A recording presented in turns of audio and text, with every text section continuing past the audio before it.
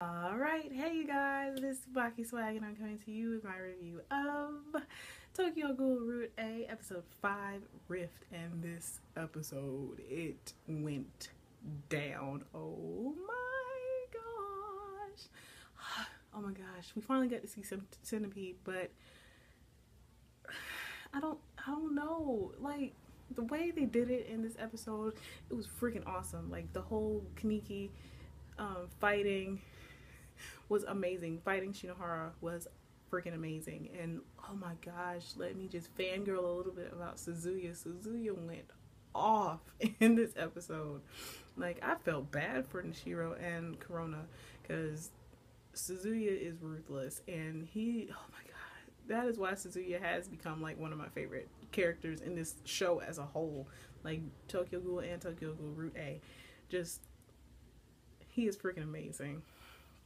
So, just the epicness that was this episode, but then the sadness that was the ending of this episode. Like, of course, it picks up where the last one left off. We see like Ayato fighting Shinohara, and Amon helping Akira, and like Ayato, you can tell he is just so sad and hurt. Like, he has a flashback of, I guess, the last time he saw his father. His dad like walked out the house. Like, first he read them a story and he put him in the bed and he walked out the house, and Ayato like saw him leaving, and it was just, you could tell he was just tired. Ayato was tired. So after he finished fighting Shinohara, he just laid on the ground. And Kaneki Kaneki literally comes out of nowhere. He knocks Ayato off to the side and he went crazy. Like, it's not quite how it happened in the manga, but it was still awesome. Oh my god, Kaneki went off in this episode. And then of course he did the finger crack, and he was talking about subtraction, minusing numbers from 1,000, like how Yamori did him when he was tied up to the chair.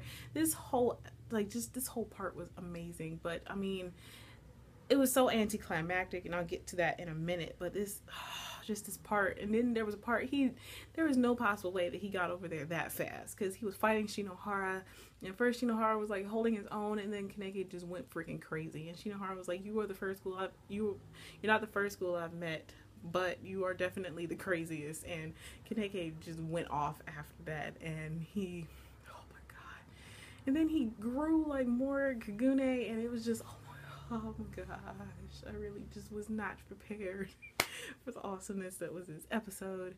And he literally like teleported behind Shinohara. There's no possible way he moved that fast. I mean, Kaneki can move pretty fast, but there's no possible way he moved that fast. And he like teleported behind Shinohara and then stabbed in 3 ways.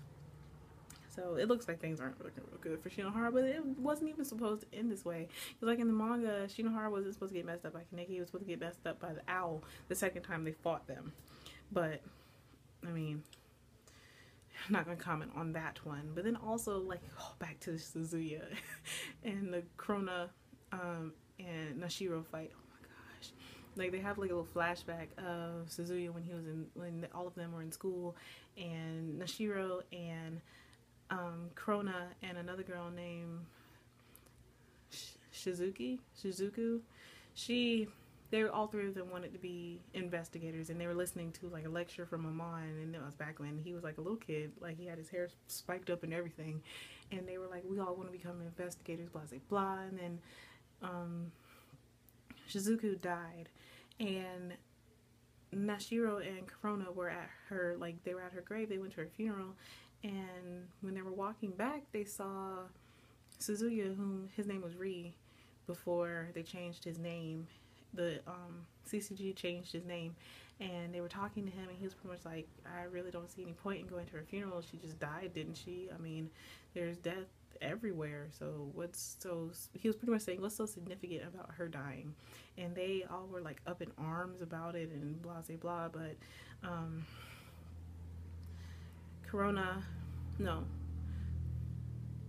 Nashiro was about to like come at Suzuya, and Corona stopped her. So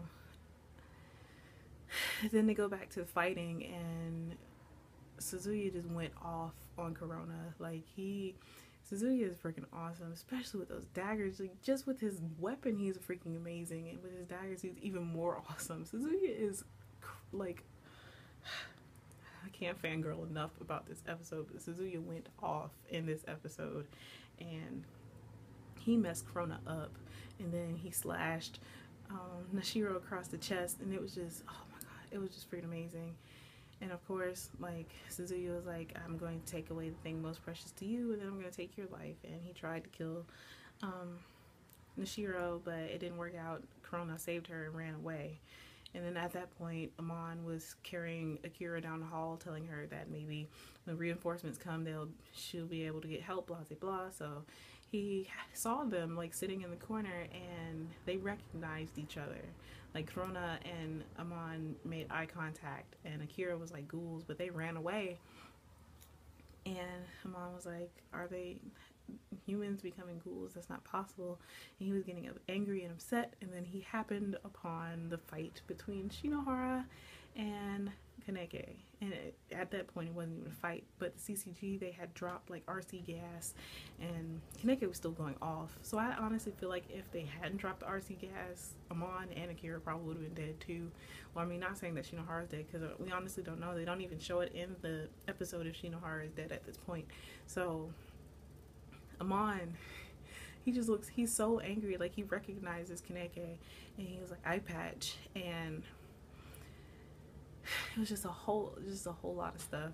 So Amon, he fought Kaneki and cut off all his Kagune, and Kaneki really didn't even do anything. Like, in the original fight, when Kaneki, like, when he unlocked his Centipede, and Kakuga, I can't remember how to pronounce it, but when he unlocked it the first time, it took like 3 people to pretty much like apprehend him. Not necessarily apprehend him, but it took like 3 people to fight him, and Amon took him out, well, pretty much took him down by himself. That was the only thing that bothered me the most about this fight. And then there was also a part when Kano, he was supposed to come up and be like, have you been taking your medicine? You're supposed to see Reese and everything, but none of this happened. So that was the only sad part about this episode. And then while all this was happening, you see the little bandaged girl like jumping around all the dead bodies, and then the sky opens, well, not the sky, but the barrier opens up that Kaneki and Ayato came through the first time, and Owl peeps through, and he just floats down, and he snatches up Ayato and Kaneki and flies away. And then the last thing you see is Kaneki look up, and he looks genuinely sad. But just the ending made me mad, but the whole beginning of the episode was freaking amazing. I was so looking forward to seeing Centipede, and just because he did the finger crack, and then Suzuki fighting Nashiro and Corona was freaking amazing. Oh my gosh, this episode was just so freaking awesome. I could ramble on all day about how awesome it was, but I'm not going to, because then my video would probably be like 20 minutes long. So yeah, this episode was amazing, but sad at the same time. So I'm really looking forward to next week's episode. I'm so looking forward to seeing how things turn out. But as always, I would love to hear how you guys felt about this episode. How do you feel about the way they changed things but didn't change things at the same time? But as always, please remember to comment, thumbs up, and subscribe. It helps me out a whole lot. And this is TsubakiSwagg saying adios.